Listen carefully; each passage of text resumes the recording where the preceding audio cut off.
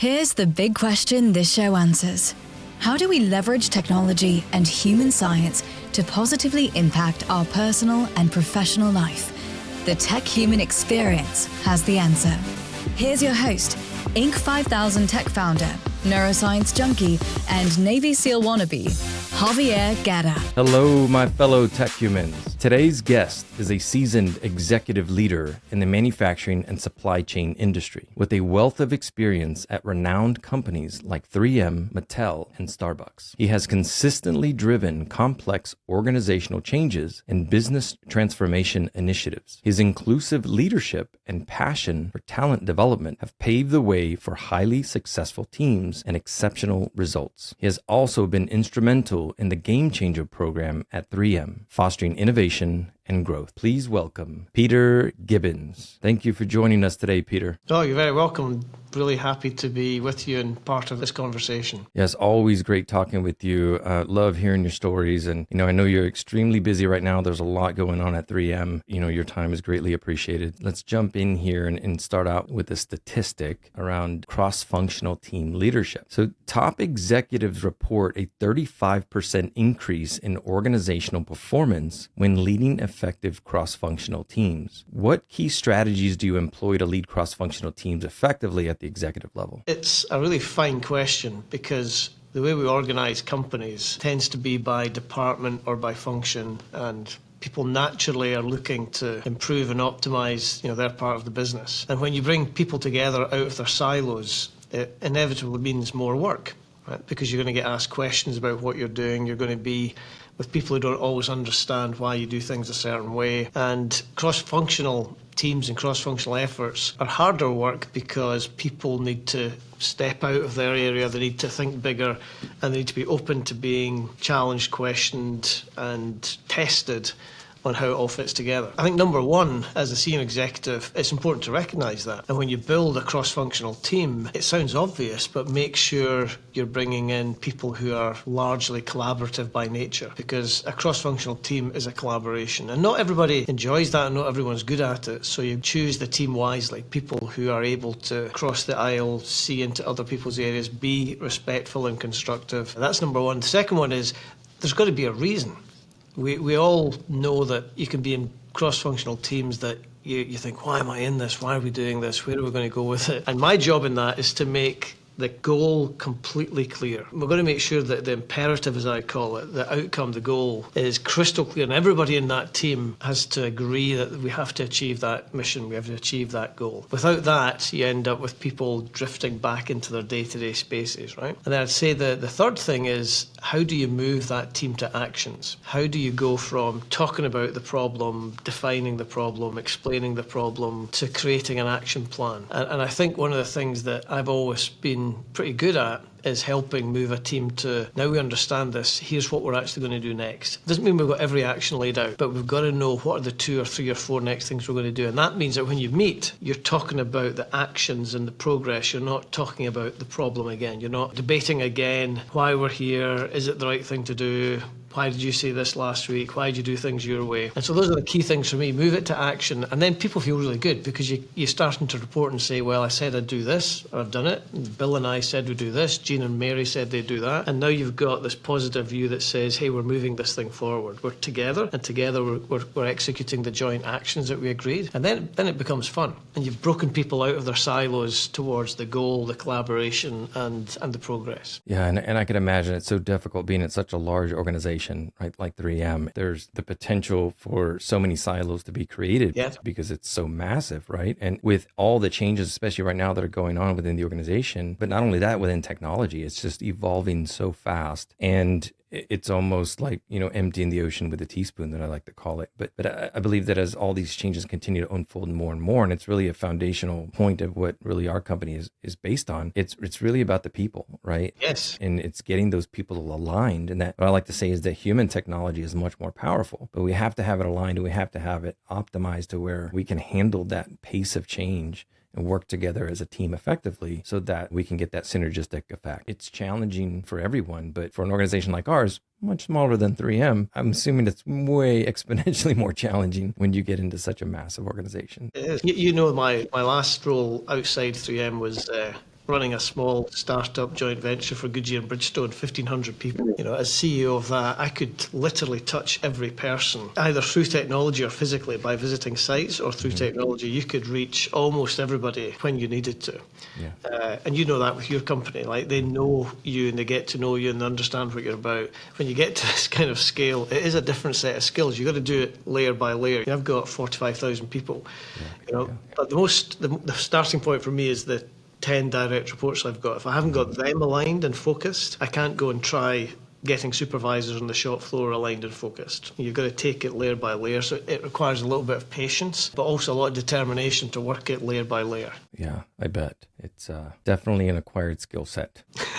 So let's jump into today's episode, Unlocking Human Potential in Technology-Driven Business Environments. In this episode, we'll explore the importance of balancing technological advancements with the recognition of human capabilities and contributions in operational frameworks. We'll discuss real-life stories and experiences that highlight the value of empowering individuals alongside technology implementation. Additionally, we'll delve into how organizational culture is shaped by new tech integrations. So Peter, we just talked about how massive your organization is. Because there's so many people in the organization, there's obviously complex operations management strategies, so to speak. From your perspective, how do you design technology and processes to support and empower employees in large-scale operations, such as managing multiple factories?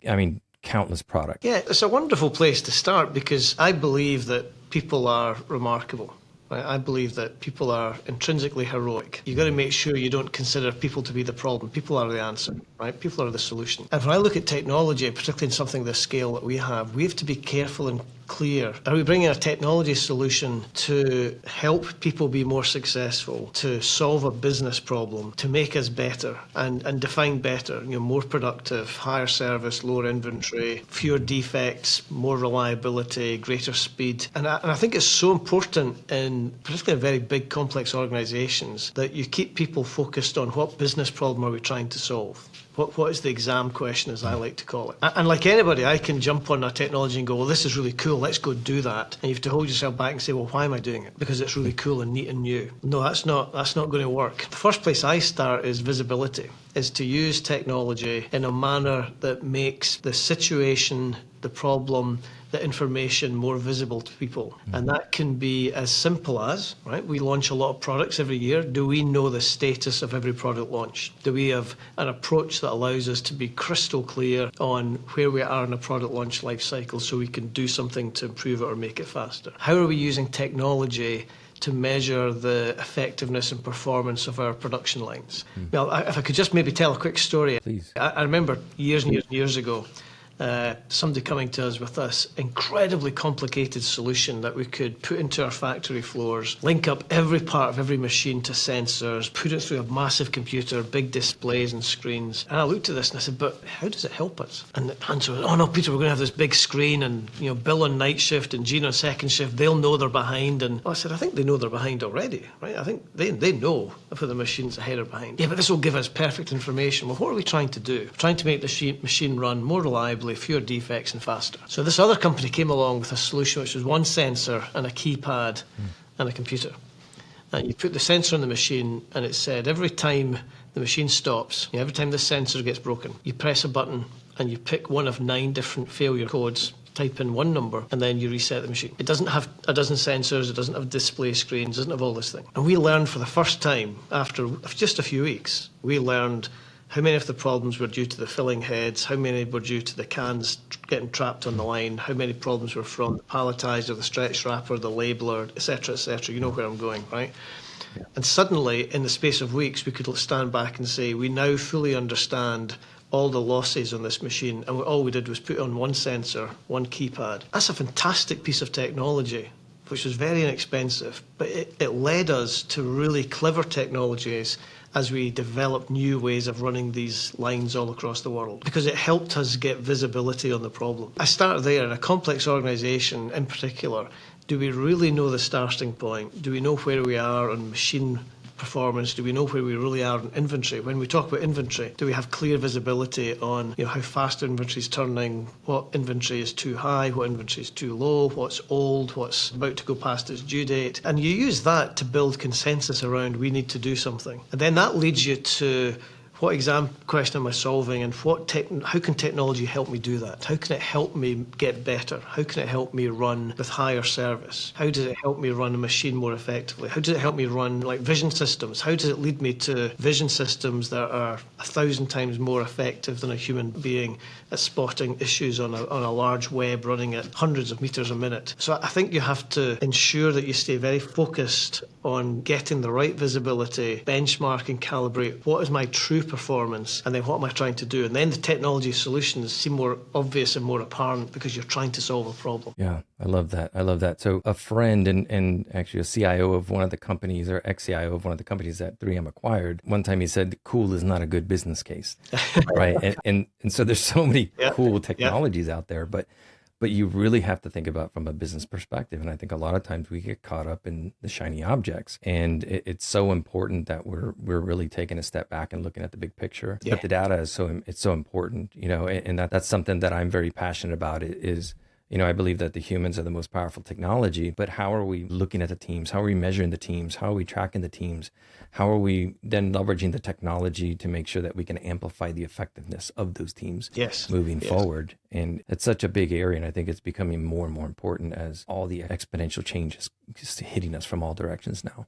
It's mind-boggling. It really is, yeah. So what role do you think technology really plays in your strategy for global expansion and managing multinational operational complexity, so to speak? Yeah, so it varies a lot. On the one hand, we are looking at how do we model our inventory. We have inventory all through the world. You can imagine with our complex processes, there's so many nodes and points with inventory. So we're looking at highly complex multi-echelon modeling systems that help us decide less intuitively and more mathematically how we should position inventory all through our value chain. Right? We carry billions of dollars, billions with a B of inventory. How do you know what it should look like? So there's an example. Automation. Automation is a big thing. We have about 100 factories around the world. Being able to automate more of our processes, packaging processes, quality control processes, I mentioned vision systems, robotics to handle parts and do assembly. We have all kinds of processes because we are across so many different products. Could be looking at sewing a harness on a fall protection piece of equipment. It could be handling hazardous materials in one of our chemical plants. It could be how to run a web or a line at much higher speeds than we do today. What would it take to double the speed on a big web line? It could be data analysis, it could be planning systems. Everyone is excited about AI suddenly. AI has been around a long time. As you look at planning systems, I'll age myself, the last 30 or 40 years has been this march from basic master production scheduling systems with no feedback loops, no optimization, just action messages pouring out, trying to get the poor planner to do things, all the way today to, we got some closed loop systems in the early 2000s, and now we're looking to add machine learning and add AI and generative AI to come out with better and more sophisticated solutions to our planning problems. Because a company our size, we have so many people doing planning, all very, very smart people, but we don't make it easy for them when we've got such a complex supply chain. How do we generate tools for them to do that more effectively? So there's all kinds of things. There's modeling, there's sensing, there's automation, there's planning. All of those play a role in what we're trying to do here. And another one, I'll just throw in another one. When you have these big, complicated machines that are making all kinds of optical fibers, for example, there are so many parameters on one of those lines. So many parameters around humidity, around temperature, around defects on the line, around cleanliness, around speed, vibration, wear and tear. You really ideally want to create what's called a resolution function, getting a bit technical, but it's the space where all these parameters work. So how do you measure all of those things and then use math and science to truly diagnose where each of those variables has to be to run this machine as near perfect as possible. With modern computing power and modern sensing techniques and vision systems and other things, we are closer to developing those kind of, I would call them resolution function models that would allow us to know exactly how to set up a machine and maintain it at that perfect pitch that gives you world-class product, excellent product at a faster rate with fewer defects. I get quite excited about this. I could go on for a long time. So stop me. No, it's good. On. It's making me think of, one of the 3M mottos, right? Is science applied to life. As you're talking, I'm like, wow. It's like I'm thinking about all these formulas, and it really is science applied to life, even in the manufacturing process. It really is. Yeah. It's very cool, very complex. It's hard for me to grip at the complexity of it, right? I've started multiple companies, and I've studied some of the best companies in the world. 3M has been a major inspiration of mine, right? And my company is bringing technology and human science together to create better business outcomes. But 3M was a major inspiration because I think it was a book, Built to Last or Good to Great, that I read probably 20 years ago that talked about how when Texas Instruments had laid off a bunch of people, that 3M scooped them up, a bunch of great scientists, and wasn't necessarily sure what they were going to do with them. They just kind of stuck them in a room, so to speak, and said, do your thing. And they kind of let them do their work. And they started to invent a lot of great products, right? And so that inspired me of really focusing on the human component of, like, it's really about people, and people are driving the process forward. But at your scale, you've got to incorporate tons of technologies and science and robotics and manufacturing lines that it's mind-boggling of how complex it is, right? It's hard for me to even grip it. So if I could maybe just add something to that, because you've made a handful of wonderful points there. One of them was you talked about it starts with people. And you talked about the 3M way. One of the things that historically 3M has done, and its technology and its scientists, right, the research side, the R&D side, the product development side, is the company recognized many, many years ago the value of synthesizing between different groups.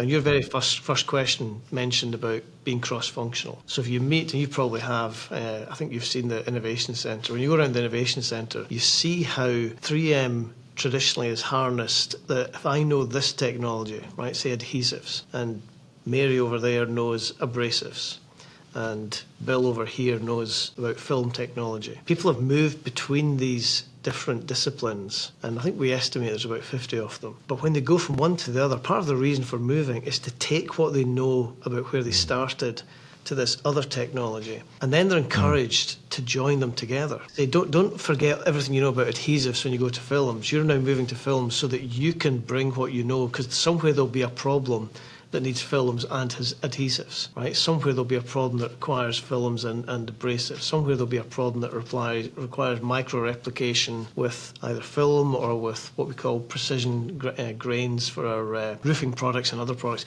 And that synthesis, the ability to think across disciplines and take what you know and add it to something else, has been at the heart of the science and technology core of 3M for many, many decades. And other people have tried to do it, and they have not been able to do it. They have not managed to create that cross-functional, curiosity and discipline about how you merge together different pieces of information. It's fascinating, absolutely amazing. So let's talk a little bit more about leveraging technology's potential. In your opinion, how can technology be utilized to really generally help individuals be more effective and efficient in their roles? Yeah, so if you break down someone's role and ask about what makes it difficult, is it that the intrinsic task is difficult, or is it that the number of times or the scale or the dependencies with that task make it more difficult? Is if you're a planner and you only had to plan one product and it came through multiple factories and steps, that is very doable and very manageable. Challenge is that planner is being asked to plan hundreds of products all at the same time, all with all these codependencies. So the intrinsic task is not as much of a technology challenge. The challenge is how do you, for example, allow them to do all of that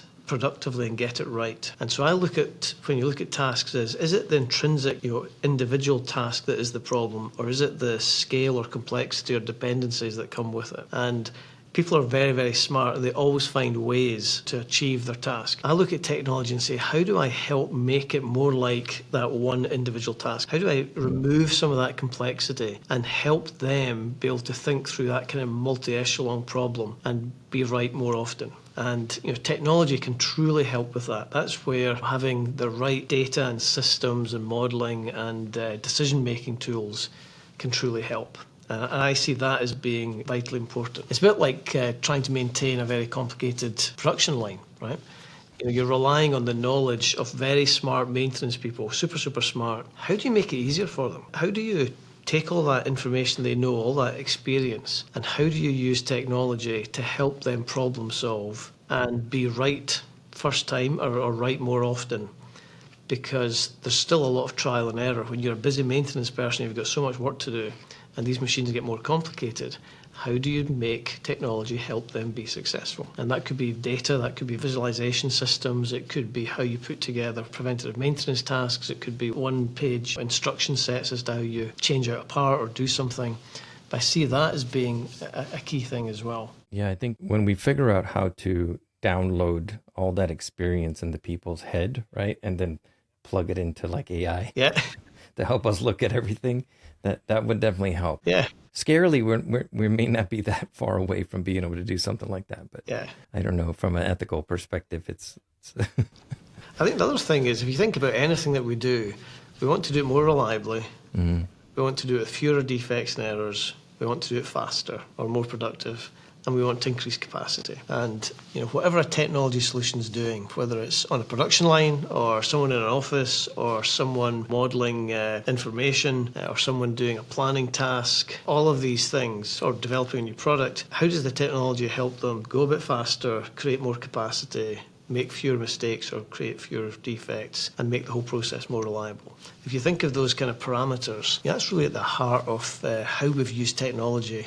for the last couple of hundred years, right? If you go back, my silly example, which I've told you before, it'll shock some of the people on your in your young company. 100 years ago, there were 5,000 elevator operators in the United States. So when you walked into an elevator, there had to be someone there to operate it. If you walked into a high-rise building today and there's an elevator operator, you'd start to ask questions like, why do you need someone to do I'm getting concerned now. Like, why is there somebody operating this? Why doesn't it work by itself? 100 years ago, people were shocked the first time somebody was taken out of an elevator and they said, just press the button, it'll do it all itself. That's technology. That's technology taking over something and helping us be more productive, more reliable, fewer mistakes, not relying on someone. And it was never a great use of a human being, right, with all the capabilities that we have. Well, hopefully they weren't, like pulling on a rope. No, part of their job was to make sure the doors closed properly. So people didn't fall out, and it couldn't move unless the doors were closed, and it's all that. Then we added all the clever, electromechanical features. We added the interlocks. We added better materials. I know it's not a very interesting topic, but it's a very good example of where we were to where we are.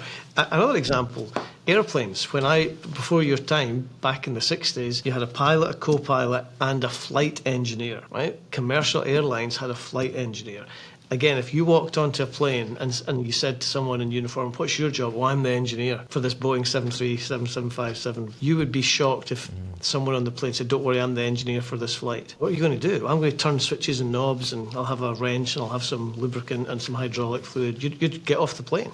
Yeah. So, there's so many technologies coming at us out, so many new technologies. How do you strike a balance between, really utilizing technology to enhance your workforce effectiveness versus like going out and exploring new technologies? How do you strike that balance? So my kind of rule of thumb is, am I trying to just improve something, or do I need to leapfrog to a different place? And if I am improving and I'm on a good improvement in a good position on some business parameter, improving and adjusting and tuning technology is a good thing. There are other times where I'll look and say, we need a quantum leap. We need to jump ahead. We need to leapfrog. We don't have time to go through the evolution of this. So we're behind other people, or we're not nearly good enough to what our business requires. This is a leapfrog moment. How do I jump ahead? And that's where I tend to point people and say, look, go find something new and different, because improving 5% a year on this particular thing is not going to work. We've got to jump 30, 50, 70% in the next 2 or 3 years. If you take what we did at Mattel with tooling, we built 20,000 injection molding tools a year. The prices were going up. We were spending a huge amount of money a year on tooling costs. And we decided the answer was to cut the cost of a tool by 50%. We said, that's it, we're going to cut the cost by 50% in 3 years. And we came up with an amazing strategy. Some of it was, all of it actually, every part of it ended up being based on technology of some kind, which allowed us to, over a three-year period, cut the unit cost of an injection molding tool by 50%. And you might think, well, how did you do that? There's lots of technical things to do with how we machined, the materials we used, automated tool shops, automated transfer of designs, overnight from California to Malaysia into a completely lights out machine shop. Things that you might have predicted. Change into aluminum tools from stainless steel, unheard of in the toy industry. But then you also say, look, we've got a lot of old parts, from the past, but we've no catalogue of all the different accessories we've made in the last 10 or 15 years. Technology was the answer to build a really super library of all the molds that we had and all the pieces we'd created. So you as a designer could look up this very fast-moving library, very accurate, with lots of great information, and you could look and say, you know what, I don't need a new part. I don't need to build a new tool. I could use this part that I developed 5 years ago. So technology played a role, from unbelievably amazing automation to material science to being able to transmit drawings and information through the cloud down to one country to another, but also to give designers a really good database and library of everything we've done in the past, so they could choose whether to make something new or to take something from the past and rework it, reuse it. I keep hearing the foundation of people. From a leadership and people management perspective, how do you really encourage and nurture innovation within your teams, especially when solving complex problems? There's a key word, I think, in that situation, and the word is 2 words: confidence and fear. It is essential, if you're looking for innovation and you're looking for change, that people understand what you're asking them to do, but they feel confident that you trust them to come up with an answer. And one of the things that I work very hard on is to constantly be feeding the confidence engine of the teams, that they feel good about themselves. They're not fearful. They're not anxious. I don't know if I told you this story. I remember my son played for an exceptional high school soccer team. He keeps telling me it was exceptional, so I should say that, right? And when he played for them, there was this one game where he came on as a substitute, and I was watching him, and I knew there was something wrong within 5 seconds, right? I thought, oh, that's strange. So at the end of the game, he played really well, actually. At the end of the game, I said to him, what happened? You came on as a sub in the first 3 minutes. You were all over yourself. One of the coaches had whispered in his ear as he was coming onto the field, and I won't go into details, but something had happened, I think, at practice, and he basically chastised him and gave him a really nasty comment, literally as he was walking onto a critical game, as he was walking onto the field.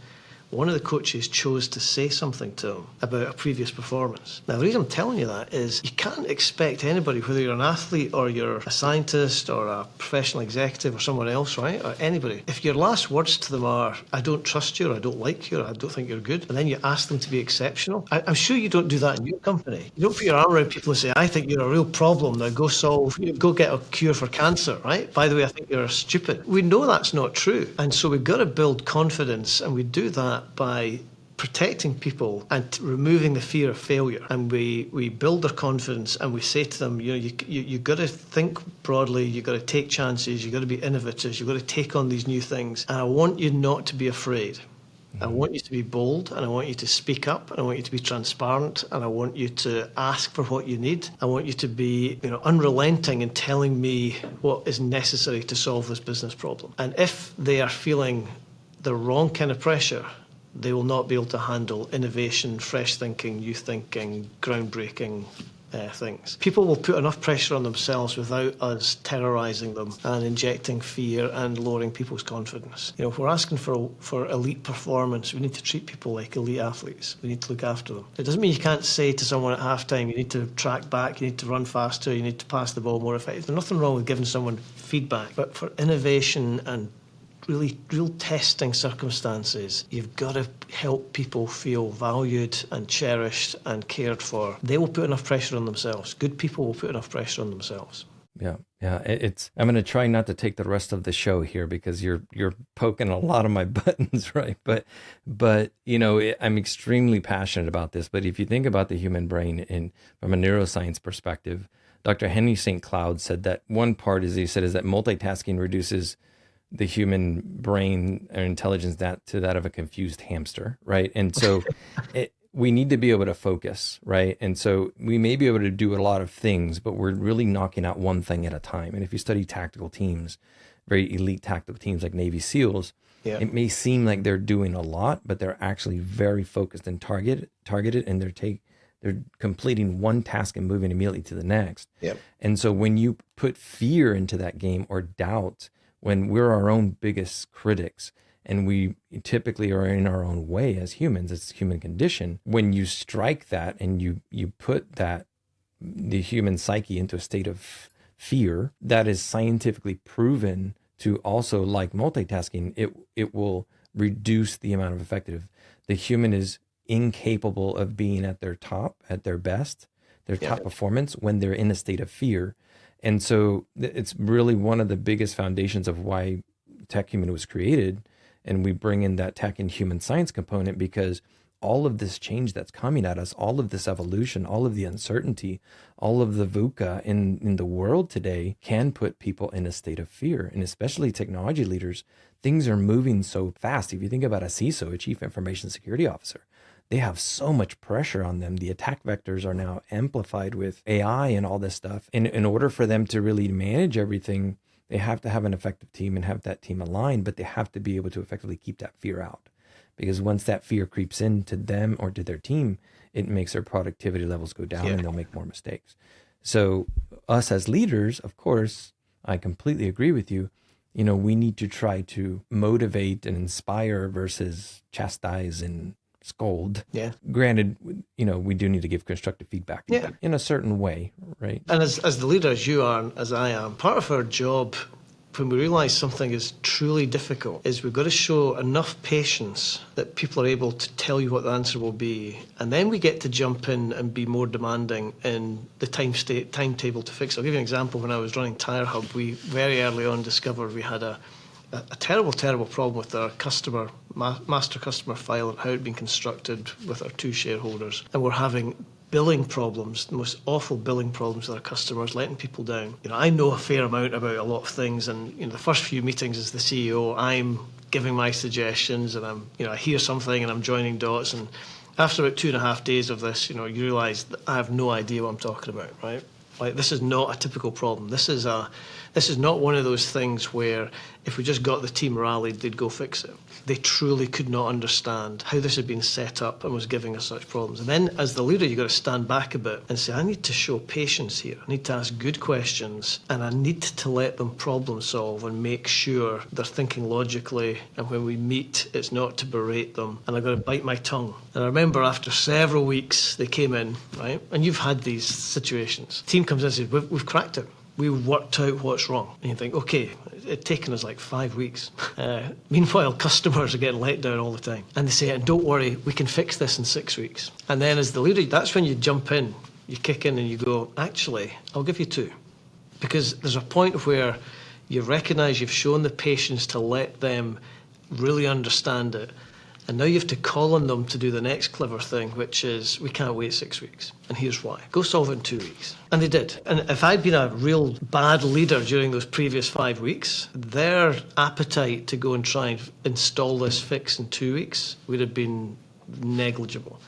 But you show the patience to let people, human beings, solve difficult things, get to the bottom of it. And then you're allowed to be demanding, say, actually, you got 2 weeks. Right, and they go, oh, for crying out loud, boss. He's like, you got 2 weeks. You can't do this to customers for 6 more weeks. Just do it in 2 weeks.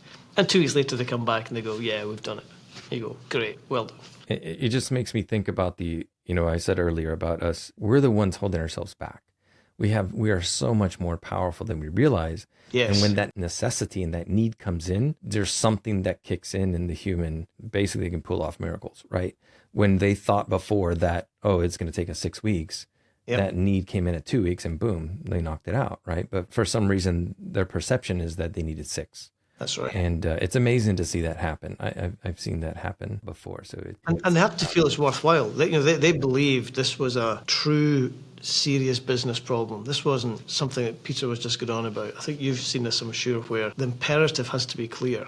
Why are we sacrificing? Why are we staying late at night? Why are we missing our kids' ball game? Why are we, and then if people truly understand the imperative and why it matters, that is another way of freeing up their thinking and their commitment. And then we've got to reward them, right? We don't have to reward a robot, but we do have to reward people. We've got to let people know that we valued what they did and that they are being cherished and they're being looked after for what they're doing for us. Yeah, it's so important. So, how do you really encourage employees to bring out their unique strengths or strategies to these cross-functional teams? We have to let people speak. We have to walk the talk and talk about visibility and transparency and really mean it. I'm a bit fixated, I don't know why, but I'm a bit fixated on transparency, something in my deep past as a child perhaps. But to me, transparency is one of the golden nuggets of business. If you can create visibility and transparency to things, if you can get people to speak openly and freely about what's really happening, how things really work, what ideas they have, what we might try, you stand a really good chance. I tell people that I hire, and you could ask my direct reports, they'd all tell you the same thing, they've heard this. I hire people not to have answers. I hire people to make sure we know about all the problems, challenges, opportunities, improvements that are in front of us. I can't train people, I can't train leaders to have the answer to everything. But somewhere in the world, someone has the answer. There are 9 billion people in the world. Someone knows what the answer is.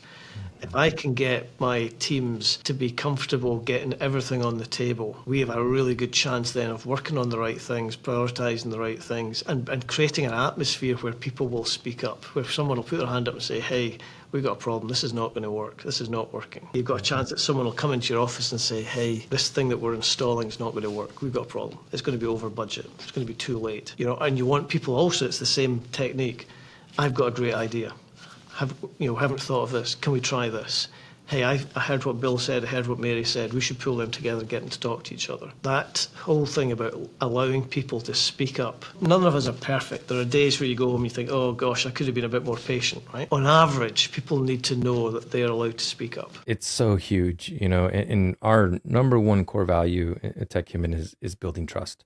And transparency is baked into that definition. Me specifically, but other people on the team as well. We just literally geek out over human science and team science, in a sense, chosen to help technology teams to solve these problems. But if you study team science, the number one, I'll talk about Patrick Lencioni.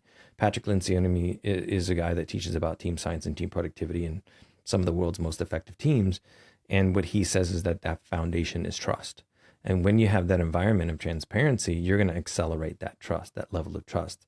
And so that's baked into our core values. How do we operate internally? How do we operate with our clients? How do we operate with our talent, right? Google did a study called Project Aristotle.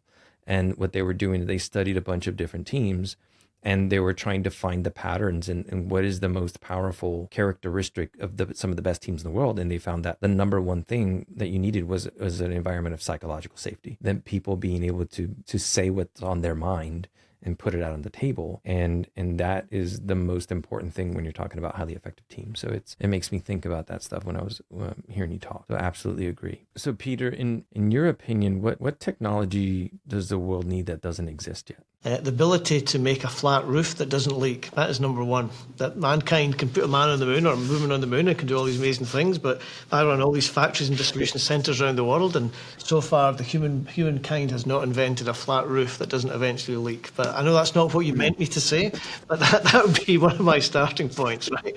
I'm not sure you'll solve it or I'll solve it, but that's just one of those things. There's a couple of things come to mind. I'm originally a physicist. I would love to see the day where there is sustainable nuclear fusion, not fission, fusion, right? I was offered a job at the big project in the south of England years ago when I was a student. I didn't actually take it, but it was called JET, was the European project to create a fusion reactor. And it's such an amazing piece of physics and engineering. And believe it or not, for the first time ever, there's private money being raised to fund a number of small fusion reactor designs and companies in Europe and North America. The first time that's ever happened. It's always been university and government research, and it could be an astonishing change in the world with regard to sustainable energy, dare I say limitless energy, right?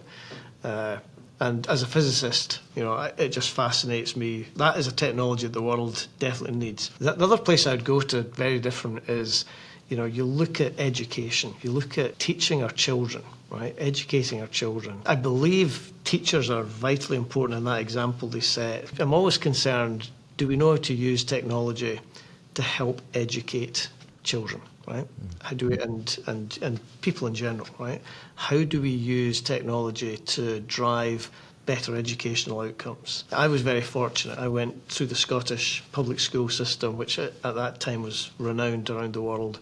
I went to a world-class university, right? I got taught by people like Peter Higgs, who just died this week. Peter Higgs, Nobel Prize winner, one of my professors. I had a very privileged education with fabulous teachers, and I happen to be pretty good at school. There are a lot of kids who don't get those chances. A lot of kids don't come out reading and writing well enough. I would love to see technology applied more aggressively and more effectively to help solve that problem. Yeah, I would think, optimistically that it's definitely in development with technologies like augmented reality and stuff like that. I truly believe that people in general, not just kids, but people, we learn by doing. Right. And so that's why experience is so powerful, right? Like, you can go and learn in textbooks all day long, but until you get there and apply that knowledge, again, it makes me think about a science applied to life, right? Until you apply it, it doesn't really sink in, and you don't really get that full learning experience. And it just amplifies the wisdom around it when you take some piece of knowledge and apply it and experiment with it and fine tune the way that you're applying that knowledge. It's extremely powerful. What if we could take a technology like that too and use it to make better practices when driving organizational success and positive culture within organizations, not only for the kids, but also for just professionals in general. And with the advancement of technology, there's got to be, I would imagine, multiple organizations thinking about this. And so very interesting to see how the next even 3 years unfolds. Everything is changing so fast. And I know the education industry is definitely growing. I've seen statistics on it. So, knowledge is power, but, it's really got to be applied knowledge. So I'm excited about that, Peter. I hope that there are going to be some very, very good use cases coming out very soon. And who knows, maybe we'll come up with some good ideas and inspire someone to make it. Good. And the roofs, the flat roofs too, of course. Don't forget about the flat roofs. Peter, we are coming up on time here. I really appreciate you joining today. It's always great talking with you and hearing your insights. I wanted to talk about one thing before we wrap up. So there's a topic that's really close to both of our hearts. And, we both share a passion for really guiding younger generations and helping them navigate their futures. I have a 19-year-old son. I have a 2-year-old daughter, which you've met briefly. I've always been very big at this, and I've served on the child welfare board of a county welfare board for 11 years, right? And just trying to figure out ways, how can we help younger generations kind of move forward? You're very passionate about younger generations as well. Can you really share with the audience, like, why you think it's so important, why it's so important to you, and perhaps maybe offer some advice for younger individuals looking to succeed in their careers? I always tell young professionals that there's 2 things to keep in mind with whatever job they've got. Number one, relish what you're doing. Whatever you're doing, whatever the task is, whatever the job is, do it really well. First jobs are difficult. I look back in my early career, first jobs aren't easy. You're learning what the workplace is like. You're learning how to work with other people. You're learning about how businesses operate or whatever organisation you're in. But whatever job you're given, relish it and make sure that people know you're doing it well. And then the second thing I say to young people is ask for more. Don't be afraid to ask your boss, what more can I do? Is there something else I can do? Is there anything you need help with? Be the person that is always noticed for saying, I'd do more if you asked me. But tell people that. And, as a supervisor, in my career, I look back on the younger professionals I had. The ones that stood out were the ones that showed up every day, and whatever they were given, they just went after it and did it well. Even though they probably thought, well, this is really boring after all I've been doing at school or whatever. But they were also the ones where you noticed them because you'd think, oh gosh, I've got this new task I need to get done. Why did I always want to go to Jean? Why did I always want to go to Bill? Because they were the ones that were always pestering me saying, if there's anything else you need done, let me know. And it sounds very simple, but you need to relish what you're doing, and you need to let people know you'll do more, and you'll be noticed, and you'll be valued, and you'll create opportunities. And by the way, if the organisation you're working for doesn't value that you relish everything and that you ask to do more, if they don't value that, it'll also tell you, is that a place you want to be? And it'll tell you if it's a place you want to be or not. And you know, it's tough. When I left university as a young man, times weren't great in the US and the UK for jobs. It was hard to get a job for a lot of people. And I've seen firsthand what it's like for particularly the guys that I knew, just because we hung out as a group at high school. The ones who couldn't find jobs when they were 17, 18 years old, 19 years old. It was awful. And I've seen what it's like for young people finishing their degree and finding it hard to get that first job. And it's so bad for people's morale. And, you know, I see that still to this day. You know, when I talk to my kids about, they're all grown up, about their friends that they graduated with and also their friends who they went to high school with. And when you hear of somebody who is really struggling in their career and can't find the right role, it's just tough at that age in your life. It's tough, right? It's tough, and you're not equipped fully to deal with it. And so to me, it's so important to offer advice, connect people, look at people's resumes, help them work out how to build a network, help them to understand how to do an interview, how to get a job. It's really valuable experience that you can pass on to the generation that you're relying on, you know, 20 years from now to be carrying the big heavy load. Yeah, and I would imagine it's fairly similar times right now, right? With a lot of things that have been going on in the economy. You know, I know of some people that have graduated and they may have a master's degree or you know, bachelor's, master's degree, but it could be difficult for them to land a role. It's interesting how the cycles of time kind of repeat themselves. Very powerful advice. I have, I've studied a lot of Japanese culture. I've studied a lot of cultures, but like, specifically Japanese culture is very interesting to me because there's ikigai and there's okurazashi, or I forget what it's called exactly, but what you said, it's kind of loving what you do and taking it with pride. Whether you're a janitor, you're this or that, like you're just very focused on it and doing a great job. And I've also seen firsthand multiple times to where people may be upset because they're passed up on a promotion or an opportunity, but it was somebody that asked for it that got it, right? They spoke up and they literally said, I want this. What do I need to do to prove that I can have this? And they ended up getting it, right? Taking that initiative is extremely powerful. I've seen it firsthand. So great advice. Again, Peter, really appreciate your time. Listeners, be sure to check out his work on social media. Website links and social handles will be in the show description. One last thing, Peter, before we end today. Can you please give the audience a piece of actionable advice that you would like them to walk away with today? Yeah, I do have something. When I grew up in the chemical industry, the biggest compliment you could be paid in our company was that Peter makes things happen. And in fact, it came from one of our CEOs who was very famous and wrote a book called Making Things Happen. And if you wanted to really praise someone, it wasn't that they were really smart. It wasn't that they achieved something on time. It was, Gene makes things happen. Bill makes things happen.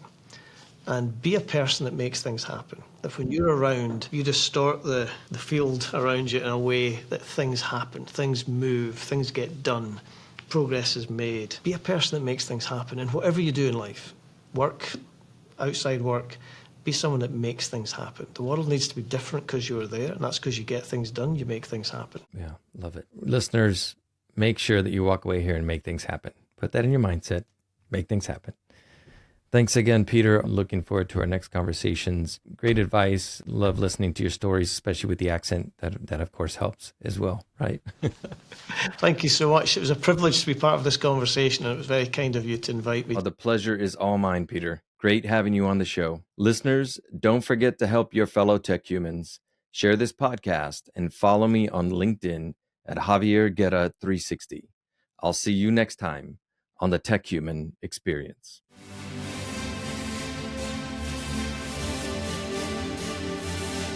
The Tech Human Experience